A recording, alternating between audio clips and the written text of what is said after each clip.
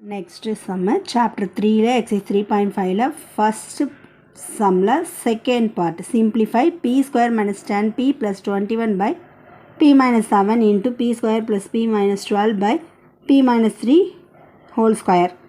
Given question எடுத்து எழுதிர வேண்டியதான். p square minus 10p plus 21 in by 9 minus 7 into p square plus p minus 12 by p minus 3 whole square.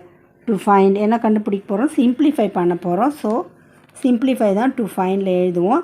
Solution step 1, p square minus 10p plus 21 simplify பண்ணிக்கலாம். 1 into 21 21 தான், plus 21 add பண்ணால் minus 10 வரணும், multiple பண்ணால் plus 21 வரணும். So minus 7 minus 3 add பண்ணிங்கன்னா minus 10, ரெண்டுத்தையும் multiple பண்ணிங்கன்னா minus into minus plus 21. Step 2, p square plus p minus 12 இங்கே 1 இருக்கிறதா அர்த்தம். ஸோ 1 into 12 மைனஸ் 12 ஆட் பண்ணிங்கன்னா மைனஸ் 12 வரணும், ப்ளஸ் பண்ணிங்கன்னா ப்ளஸ் 1 வரணும். So plus 4 minus 3.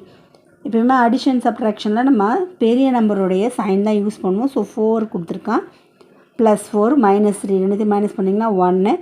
So plus 1 ரெண்டுத்தையும் மல்டிபிள் பண்ணிங்கன்னா minus 12.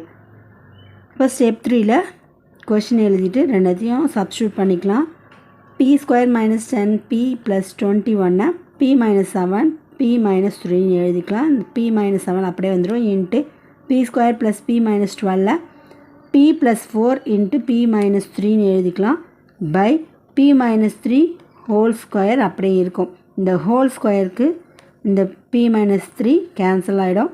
p minus 7க்கு p minus 7 cancel ஆகிடும். ரிமைனிங் இருக்கிறது அப்படியே எடுத்து எழுதிக்கலாம். p minus 3 into p plus 4 by p minus 3.